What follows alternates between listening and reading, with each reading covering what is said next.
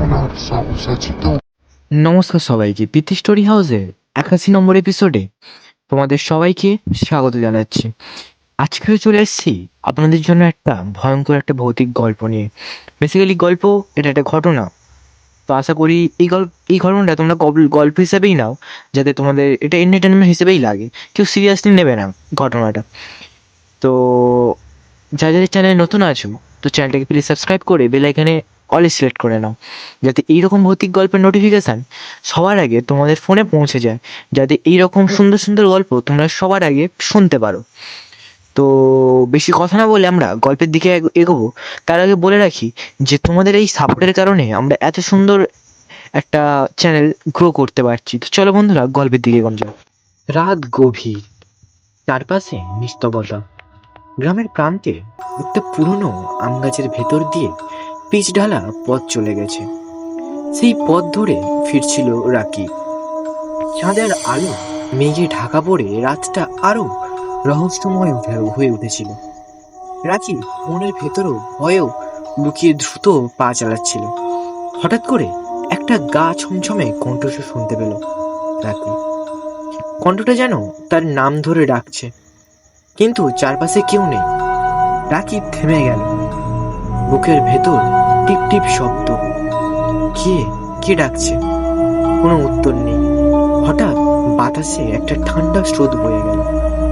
আম গাছের পাতাগুলো যেন ফিসফিস করে কথা বলছে। একটা অদৃশ্য ছায়া গাছের আড়াল থেকে তাকে অনুসরণ করছে বলে মনে হলো। রাকি গ্রামের মসজিদের ইমাম সাহেবের কাছে ছুটে গেল। সবকিছু খুলে বলল। ইমাম সাহেব শান্তভাবে বললেন, আমাদের চারপাশে জিনরা থাকে, তবে তাদের নিয়ে ভয় পাওয়ার কিছুই নেই। আল্লাহর নাম নাও। তবে তুমি যে পথ দিয়ে যাচ্ছিলে, সেখানে এক পুরনো জিনের কবর আছে বলে শোনা যায়। রাকিব অবাক হয়ে বলল, কিন্তু আমি তো কিছু করিনি, তাহলে সে আমাকে কেন ডাকছে?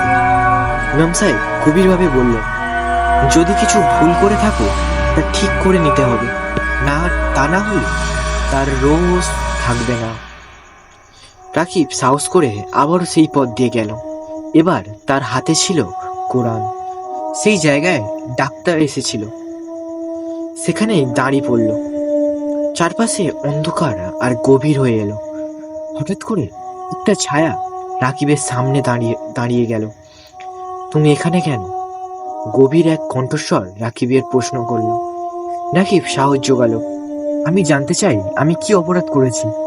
ছায়াটা একটু নড়ল, তারপর বলল, তুমি আমার জায়গায় আগাছা পরিষ্কার করতে গিয়ে আমার কবরে পাথর ভেঙে ফেলেছিস, এটা ঠিক কর। রাকিব অবাক হলো। সে সত্যিই কয়েকদিন আগে বাগানের পরিচর্যা করতে গিয়ে একটা পুরনো পাথর সরিয়ে ফেলেছিল, কিন্তু সেটা যে জিনের কবর ছিল তা জানতো না। পরের দিন ভোরে রাকিব ইমাম সাহেবের সাহায্যে সেই জায়গায় গিয়ে কবরটি সঠিকভাবে মেরামত করলো। দয়া পড়ল এবং ক্ষমা চাইল। ধীরে ধীরে পরিবেশ শান্ত হয়ে গেল। সেই অদৃশ্য ছায়াও আর কোনোদিন দেখা দেয়নি রাকিবের সামনে। তবে রাকিবের জীবনে সেই রাতের অভিজ্ঞতা গভীর ছাপ ফেলে গেল। সে এখনো বুঝছে অদৃশ্য জগৎ আমাদের চারপাশেই আছে এবং তাদের সম্মান করলেই শান্তি বজায় থাকে। তো বন্ধুরা, আজকের গল্পটা এই অবধি। আশা করি গল্পটা তোমাদের সবার খুব ভালো লেগেছে।